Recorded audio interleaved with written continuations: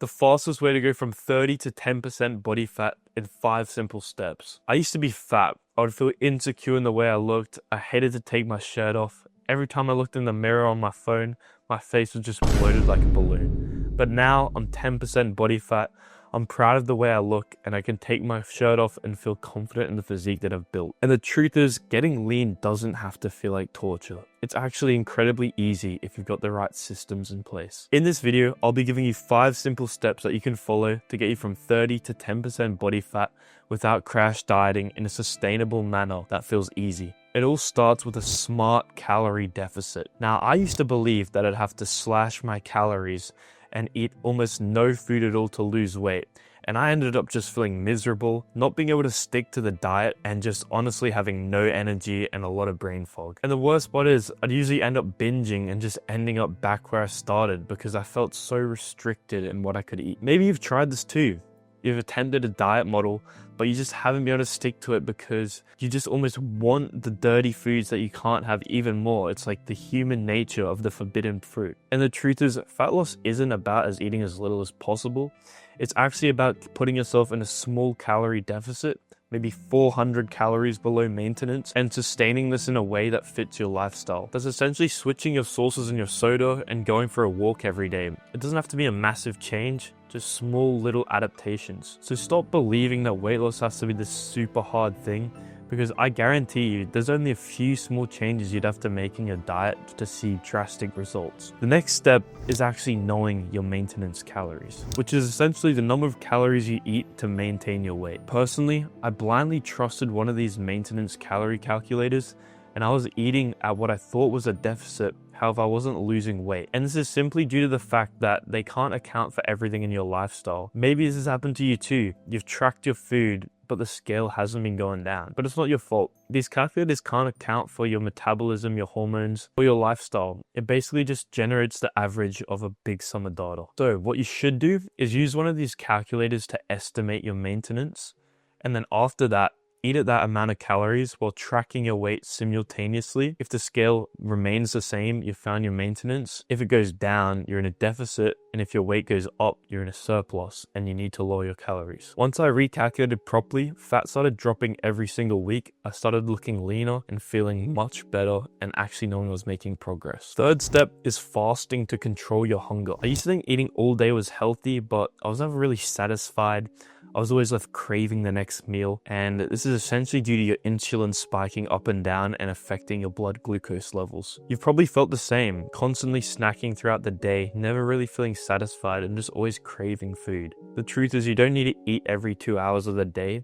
Intermittent fasting helps because you might eat just 2 satiating meals that keep you full and keep you energized without making you constantly crave another quick hit. So simply put, you could just dedicate 8 hours of your day to an eating window. The other 16 hours are fasting. So an example of this is you could just skip breakfast and then have a big lunch and a big dinner. And another benefit of this is that you'll have a lot less brain fog before you start eating, so you can get your most productive work done in the morning. You can also suppress your appetite using stimulants such as caffeine or nicotine, but I won't recommend you use that unless you want to have a crippling Zen addiction like I do. And staying well hydrated. Once I did this, cravings went away and I was able to actually stay full throughout the day and get my most focused work done. Step number 4, and that is enjoyable cardio. I used to think that you had to do this high intensity cardio, the HIIT style training where you're just sprinting or you're like throwing those ropes around like those guys in the gym.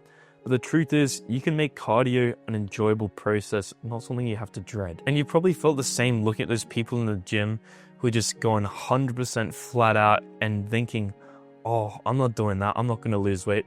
The truth is, you do not have to do that at all to lose weight, I'm telling you. And you can make cardio enjoyable and something you can actually do, because if you enjoy it, you'll stick to it and you'll actually get the results. What I personally do is just stick on a YouTube video, hop on the treadmill, put on a 15% incline, and walk for around 30 to 40 minutes. And doing this just after every session in the gym was honestly all it really took for me to drop weight. So what I recommend is just experiment. Find a form of cardio that you actually enjoy. It could be a sport, it could be swimming, it could be jogging. There's literally an unlimited list of options. So just pick one that you can actually stick to, and you'll stop dreading cardio and you'll actually be able to eat more food with the calories you're burning. And the fifth and final step is focusing on proper recovery. If you're not sleeping enough, if you're overtraining, your body won't be able to recover, and you're more likely to binge and just not be able to actually burn as many calories as if you're recovering properly. You may have had this too. Your energy will be drained because you're in such a big deficit, you're not sleeping enough, and much more likely to binge.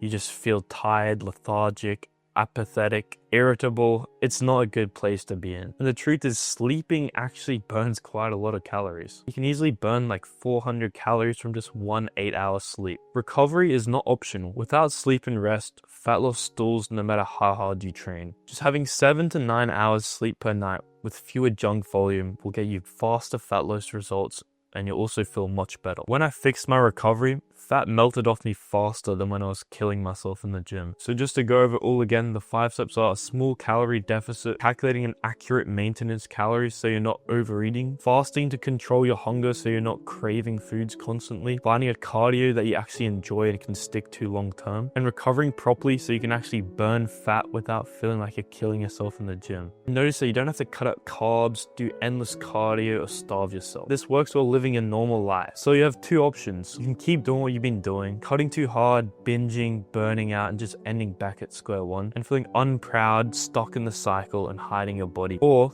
I can guide you step by step to get lean without the fat rebound cycle, so you can actually stay consistent and finally build a physique that you're actually proud of, feel much more confident, much more energized, and start getting compliments on the way you look. That's exactly what I did, and that's what I do for my clients. So if you want that, click the top link in the description to book a free consultation call with me. We'll map out step by step a plan that fits in your current lifestyle. Either way, I wish you the best of luck with your fat loss journey, and I hope you got some value from this video. That's it from me. Peace.